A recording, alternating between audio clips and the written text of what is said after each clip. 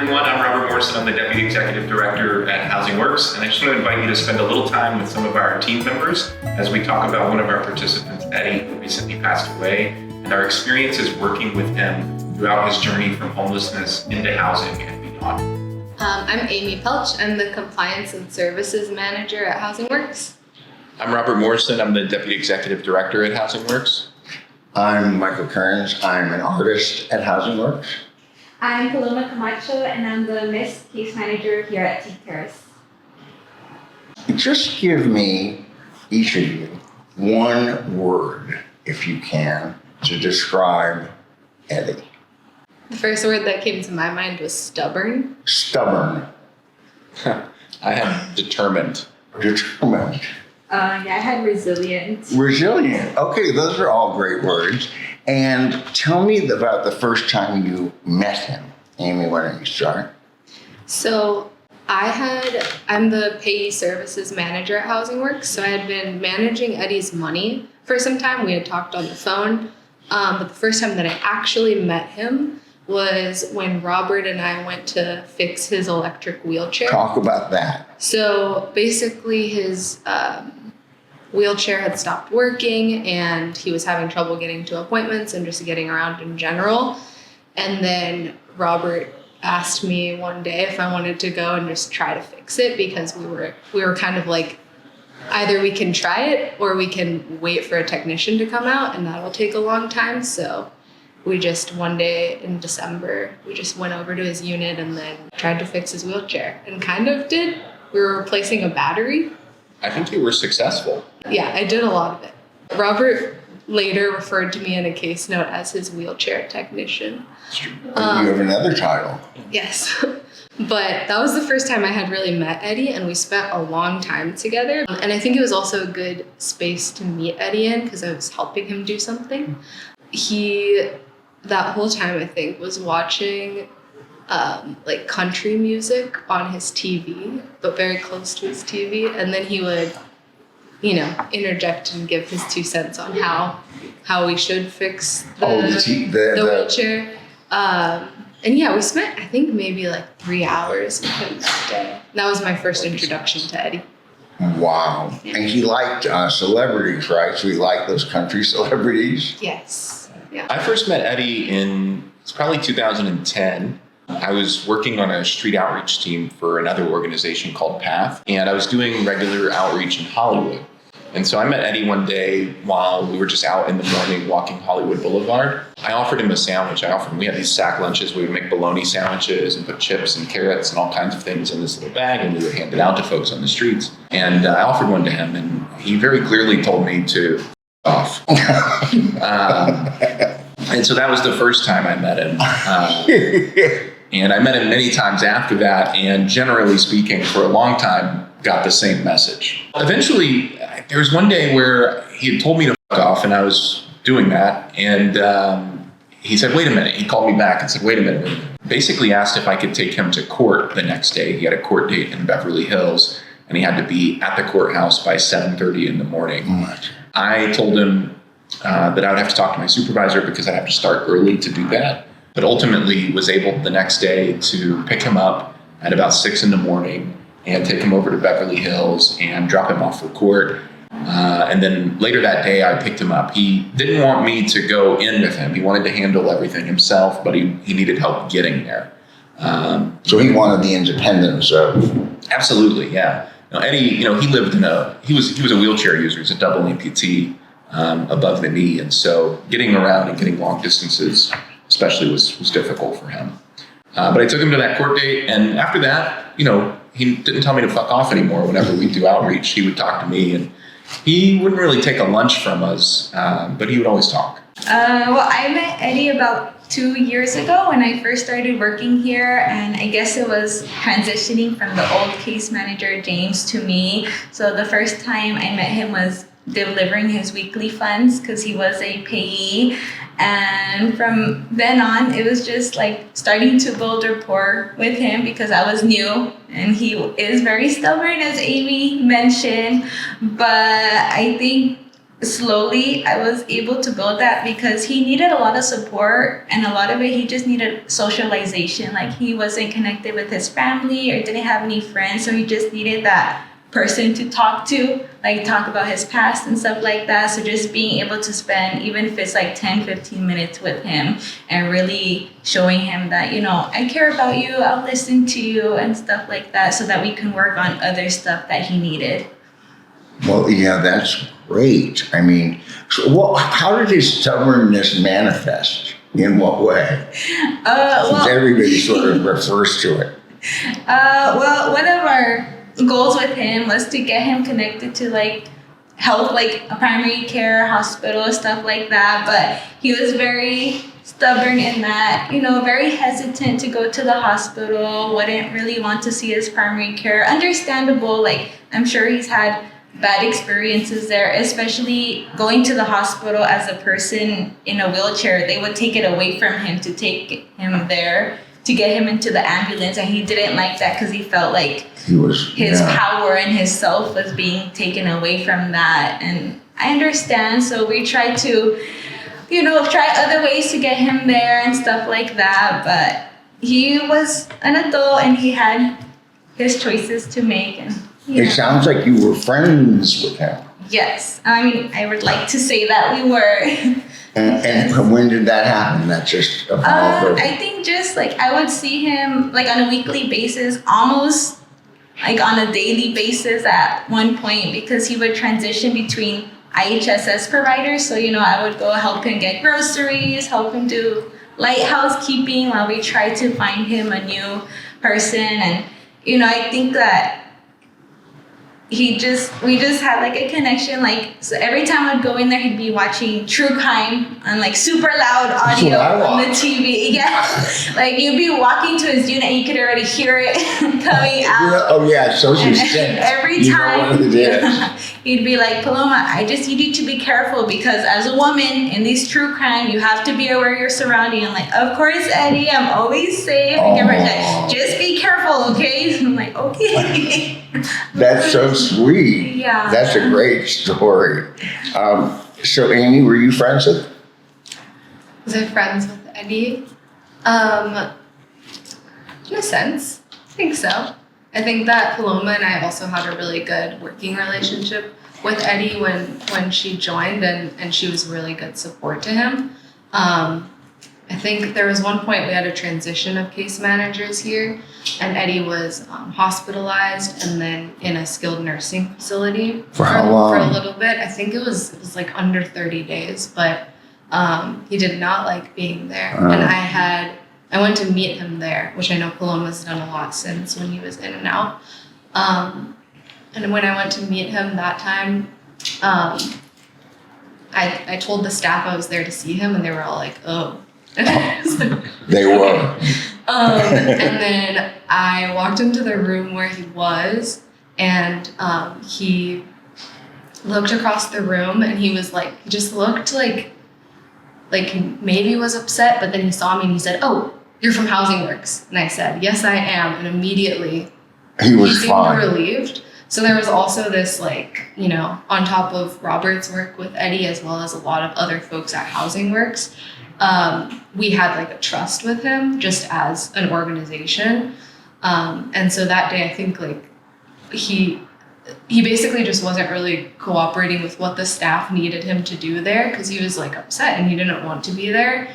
So I kind of stayed there longer and helped him, like I helped them facilitate a swallow test, which is not in my job description. You fixed wheelchairs? Do hospital equipment? They said that they had been trying to do it with him, and he just was really upset, and they would not be able to actually complete this. So then I said, okay, what if I stay here?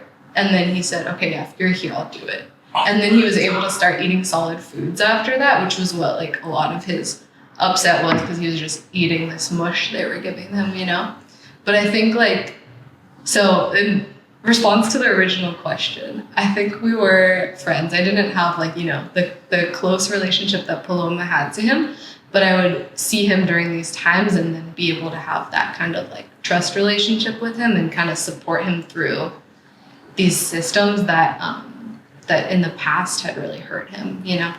How does Housing Works, this is for you, for all of you, let's do all of you, gain trust? Gaining trust is one of the most important and difficult things that we do. How we do it, I think, varies a little bit from person to person, because we truly have to be able to meet that person where they are. And that's a nice tagline, but to actually do it, to actually be able to sit with someone and listen to them and listen to what's happening sort of behind what they're telling you, so that you understand what their life is, and you're able to communicate with them and connect with them from that place instead of from a place of judgment. I think a lot of times it's very easy to meet with somebody and you immediately know what all of their problems are. But if you don't have trust with them, it doesn't really matter what you know, because it matters what that person knows. And so we have to start with that. And we have to start with getting to know that person right where they are and working in the zone and in the space where they're ready to do something. How does your specific journey, we'll talk about that a little bit, how does that help you with not immediately identifying somebody by the way they look? I think when you ask this question, you're referring to sort of my identities as a burn survivor. Yes. EMT, that Yes. kind of thing. Yes. Yeah.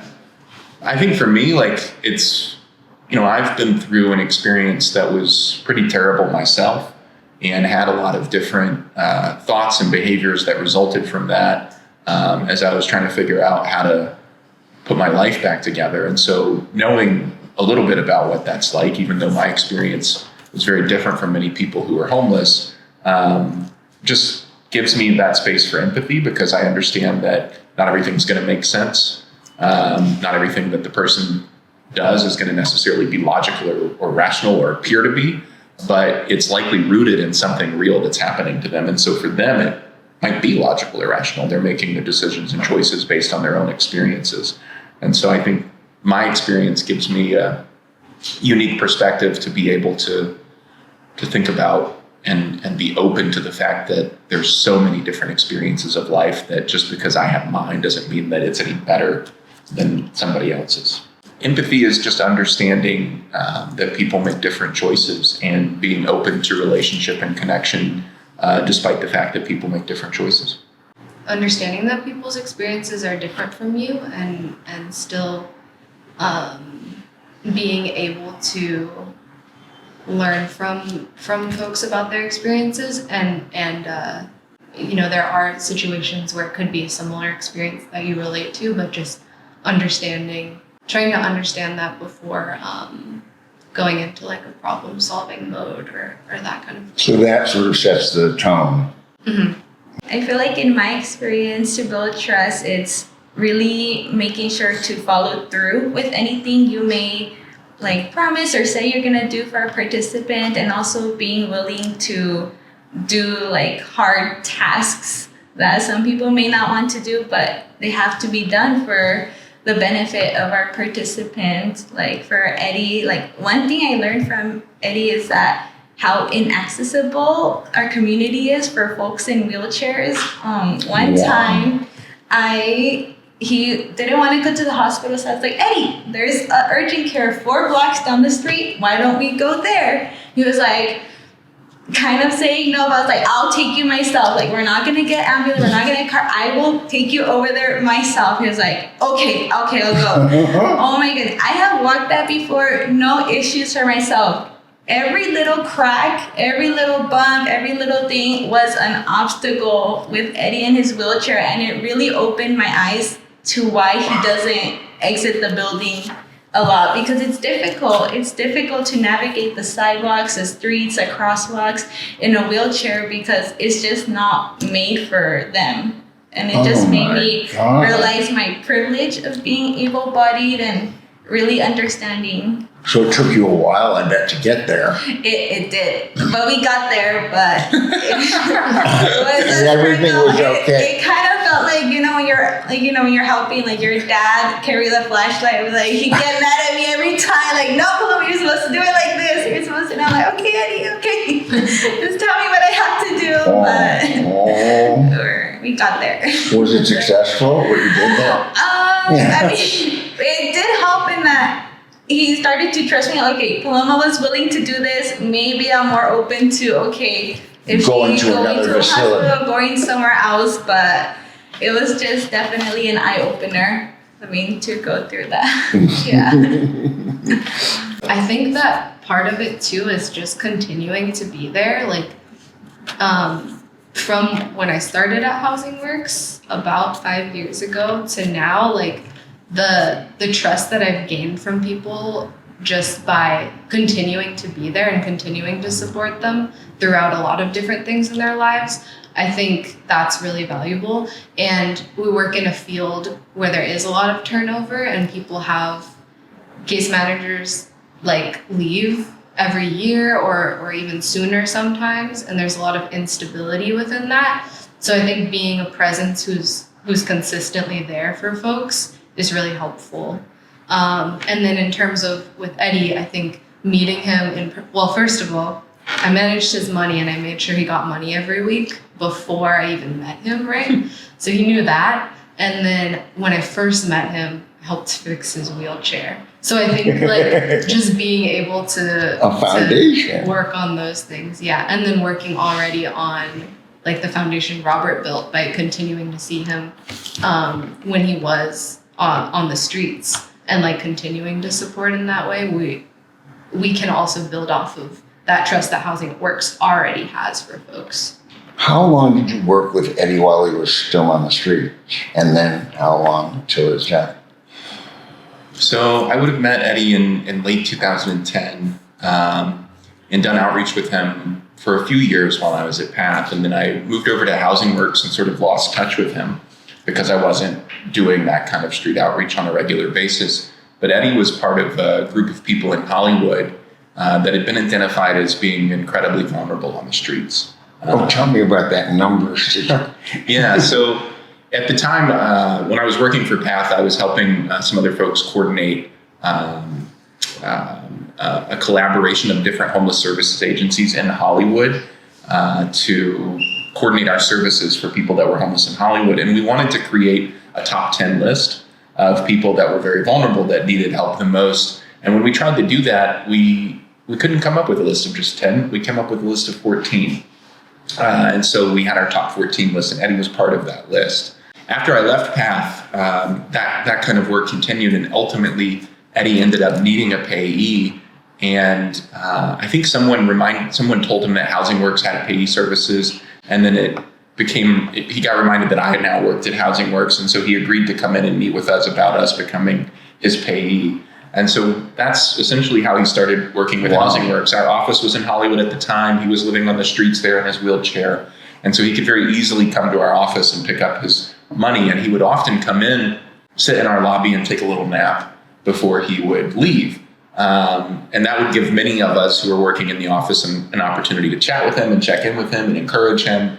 So over the course of a couple of years, we were able to have him agree that he wanted to have an apartment. We got lucky that Teague Terrace was opening up and that we were able to help connect him to Teague Terrace. And he was initially very tentative about coming to Eagle Rock because he had been living on the streets of Hollywood for over 20 years. We brought him over here. We showed him the place. We helped him figure out how to get here and back to Hollywood on the bus and things like that. And eventually he agreed to move in. And so... What year was that? I think he moved in 2017. And so he lived here until earlier this year, 2024, when he passed away. What was the origin of his amputee status? What happened? He got hit by a car in the I think it was 1996, is what he had shared with me one time, and ended up having to have both of his legs amputated as a result of that. And was he reticent about other things to talk about, or you just get sort of the facts? I never really pushed Eddie too much to share much about his history. I would just ask him how he was doing, and we would talk about life, and sometimes he would share things with me. I was always happy to learn whatever he was willing to share. So, he grew up in Kentucky. I'm from North Carolina, so we would always talk about being country boys and that kind of stuff. I love that. And, yeah. I was really honored because I would also see, you know, like as I talked about at the nursing facility, like I would see how Eddie would talk to some other people, and I was honored that he like let me into his space, and that he, like we were talking about, that he trusted me as well. It's a big thing to trust people with your money. And obviously, I wasn't the first person managing his money. I think you were at the time, right? And then later. But still, you know, if that's transitioning, that's the thing. And he pretty much automatically trusted me with that, which I appreciate. And yeah, I think that one thing that Eddie's story for me, I always think about it in terms of some people like in the world and even like within our sphere talk about there are people who don't want to be housed, you know, like there are people who just don't want housing, and that's a truth that a lot of people accept. And I think Eddie is a perfect example of a person who, you know, would tell Robert to fuck off every time he saw him, right? And you know, had given up on this system that I think had Eddie been homeless for like 26 years. Like that's a long time. And so I get why he would why he would give up on a system that probably had promised him housing many times before. But over time and over building these relationships, he did get housed. And I think that his story is just really inspiring in that way. And I think about him often, especially when people bring up that truth that I won't accept. I mean, I think just to build on what Amy was saying, I think that no, it's an interesting space to think about it, but I think that no is not always a function of what the person actually wants. Sometimes people are saying no because there's something else blocking them, whether that's a lack of trust or a lack of feeling safe or a lack of being heard and respected. People choose not to engage in situations where they don't feel like they're going to be safe. And I think with Eddie, like, you know, we talked a little bit about consistency and follow through in terms of building trust. And in my time on the street outreach team, working with Eddie and others like him on the streets, you know, we would show up over and over and over again, and we would be nice and kind every time. And eventually you would trust that would work. And it wasn't that the person didn't want help or didn't want housing. It's that they didn't want help or housing from you. And you had to prove that there was something different about the way that you were going to approach that situation. And so very much, you know, Eddie is someone who teaches us what no really means and how to navigate when people are being, as we sometimes use in this field, this term service resistant. They might not be being service resistant. They might just be protecting themselves, right? I get it. So, I think one thing that Eddie taught me is how important it is to have a support system around you, like outside of family. Like he had 2 friends in the building that meant a lot to him. One of them had a cat, and they would always be in his unit. With the cat. With the cat, and towards the end of his life, he had an IHSS provider that genuinely cared about him, and she went beyond her role of like, you know, cooking, cleaning, but genuinely showing like that love and care for him that I think was so important for him to have. And I think it just shows how important our ESCs are as well, to create these community events where they can create that system and support and friends for themselves.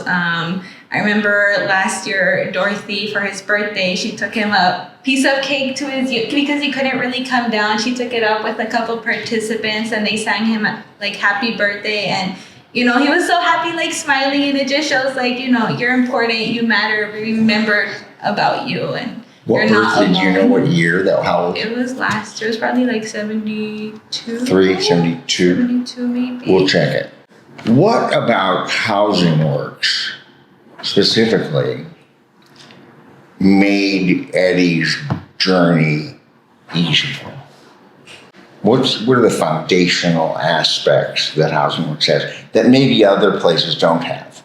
Well, I don't know if other places don't have some of this, but I do think that the way we approach these issues are unique at Housing Works. Tell me. I think we've already talked about a lot of it, but really truly respecting Eddie's right to determine the course of his own life. But knowing that we were going to show up and offer support wherever he was on that journey. We weren't going to dictate to him what had to happen. We were going to talk to him like he was going to get to make the decisions, because he was. And he was going to make the decision no matter what. So, we might as well show up and be present with him. So it's not so much about determining what the outcome is for somebody as it is about traveling with someone on their journey towards their own outcome. And I think that that's a really important distinction to make, especially in the service world, when we're always trying to measure whatever outcomes we want and impose all these different things that the system wants to see as results. I think that if we trust that people are going to make the best decisions for themselves and we partner with them on those journeys, that we know that we're going to get to a better quality of life and a better outcome for that person, because it's going to be on their terms. Great. Same question. I think what came to mind for me was the teamwork that we have here at Housing Works. So you'll see there are 3 of us here today that worked with Eddie in multiple ways.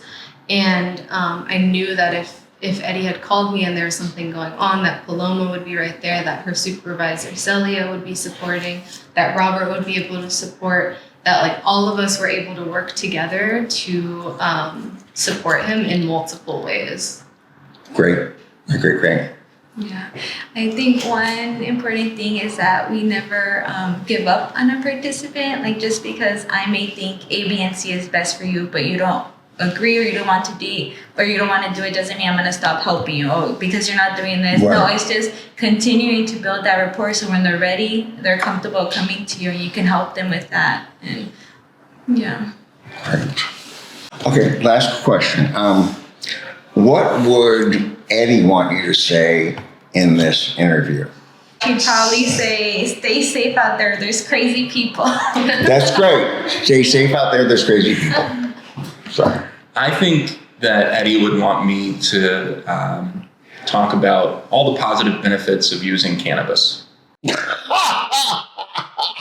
Okay, great. Yeah. Great, perfect. I'm trying to decide if Eddie would have wanted to be interviewed for this or would have not at all. Leave that just as that. Perfect. That's your impression. Thanks everyone for spending a little time with us, learning about our work and our services, but especially learning about one of our favorite people, Eddie. We're really grateful for the time that you've spent with us and hope that you'll feel inspired to click on the link that's on this page and make a donation to Housing Works.